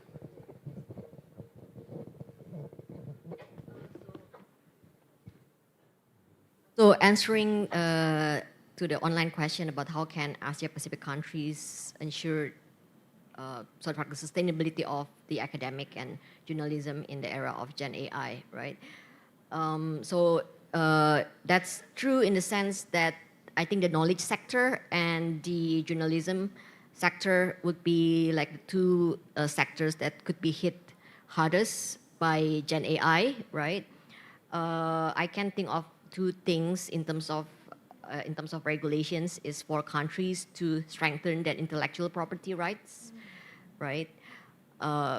Intellectual property rights regulations, as already mentioned in my opening remarks, that we have to be clear in terms of how the data is being sourced, right, and is being used, and whether or not to compensate, the creator or the data, the owners of the data, in terms of like how AI is trained. And we have to think also how to compensate like such as work that is partly AI generated and partly human generated, right? Because now it's a bit of like mix in between, but I think we have not found like a way to compensate that kind of work that is not purely human generated and not purely like AI generated. So these are like, I think, the two things that we can think about. In terms of my closing statement, I think we need more data and evidence-based studies to fit into regulations, right? In terms of the impacts of Gen AI and AI more generally. And for the young generation, use your voice, platforms like Iris, can be, the sort of like your platform, to use your voice. And lastly, what Professor Ang mentioned earlier, there are many short-term benefits of being fast, being efficient using Gen AI, but we also have to think about long-term benefit. We have to think a balance between speed and resilience, right? What happens if suddenly there's an internet shutdown, right? And you cannot, have access to your Gen AI tools, right? Yeah. So there is this recent MIT study that shows users, LLM users, when they write essays, they use less of their cognitive activities in their brain compared to those who only use search engine or purely their brains, right? So we have also to think long term, not only short term benefits. Thank you, Bu Monica. Please join me to give a round of applause to our distinguished speakers. I think it's a very insightful and fruitful discussion for this kind of strategic dialogue. I'd like to use this opportunity to thank all the panelists again. We believe that the discussion has already highlighted that we believe that the Gen AI has given us both opportunities, but also there are so many challenges. So that's why it is very important for us to be aware of it. And I believe that the panelists also agreed that above all these things, humanity should be the one that we are upholding, right? Above all this kind of technology and everything. Anyway, please again give a round of applause to our panelists. And thank you for your kind attention. And this is only the beginning of the discussion. After this, please join all the panels that are already available after this morning session, because you are going to also give a very deep discussion all about the AI and how then it will also give you the most kind of updated information regarding this issue. Again, thank you so much, and please, we are the end of the discussion. And thank you everyone for joining with us. I'll give back the time to Mbak Saka. Thank you, Mbak Saka. Thank you for our moderator. Give a big applause to Professor Poppy. Thank you so very much. Please remain on stage. All speakers and moderator to have some picture. Please remain on stage. Ladies and gentlemen, Prof. Poppy and all speakers, please proceed to the stage for the photo session. Maybe. Once again, we invite Bapak Wijaya Kusumawardana, Professor Ang Peng Hua, and Dr. Maria, and also Professor Poppy to back to the stage to have some picture together. Prof. Poppy disilahkan untuk ke atas panggung untuk foto bersama dengan para narasumber. Ya. All speakers, Bapak Wijaya, Professor Ang Peng Hua, Dr. Maria. Okay, and this photo session will be divided into 3 sessions. First, all speakers and moderator, and next to VIP guests and all speakers and moderator. Just only the speakers and moderator first, yeah, and after that will be the VIP guests. First to all speakers and moderator. Okay. Okay, please facing the camera. Facing the camera first. Okay, the ladies in the center. Okay, okay, please get closer to another, yeah, to the center of the stage and move forward 1 or 2 steps ahead. Yeah, okay.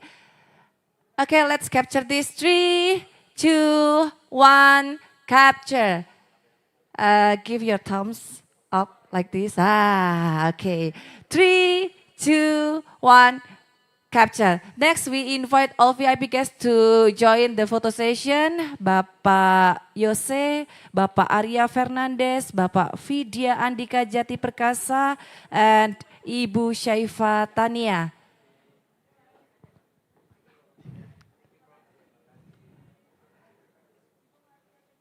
All VIP guests and also moderator and speakers we'll have photo session together, and please be prepared.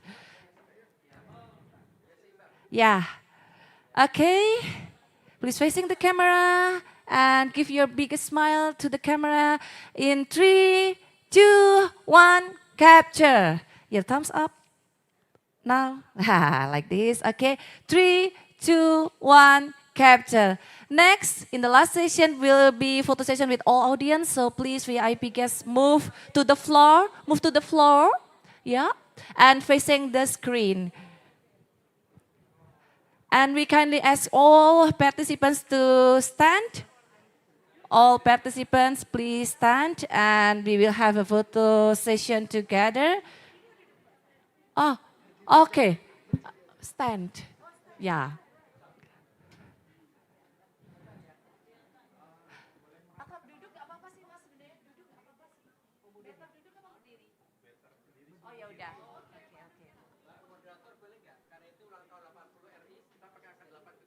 Oke, boleh. Okay, first formal session, formal style first. Okay, let take a picture with all audience, ladies and gentlemen, and ini perlu merapat nggak yang di sini aja ya? Di situ aja. Okay, let's capture this in 3, 2, 1, capture. Okay, next we have a sign symbol like this. Together, please, all audience like this. Yeah. Yeah. Okay. Are you all ready? Okay. Let's capture this. 3, 2, 1. Capture. Thank you so very much, ladies and gentlemen. Thank you so very much, ladies and gentlemen, distinguished guests. It has been a true honor to accompany you throughout today's program, and we have journeyed through enlightening sessions from the keynote and public lecture to the strategic dialogue, each offering valuable insight, fresh perspectives, and meaningful discussion. And before we officially close this program, let me extend our heartfelt gratitude to all our distinguished speakers, moderator, and panelists for generously sharing this their expertise. And we also sincerely thanks to all media partners, Kumparan, Kata Data, and Narasi for their invaluable support. And of course, a big thanks to all of you, our participants, for your active engagement and contribution to success of IRIS 2025. As a reminder, after a 1-hour break, our program will continue with 4 panel discussion that will further explore and deepen today's themes. Each panel features outstanding experts ready to share that knowledge, and we encourage you to participate actively. It will be started at 1 p.m. and all audience, please enjoy your lunch break, and please move to your panel room through the stair. You are not allowed use the lift, and please use the stair ahead. Ladies and gentlemen, and that's our program today. Thank you so very much once again for joining the Information Resilience and Integrity Symposium 2025. And we look forward to seeing you at the panels. Good afternoon.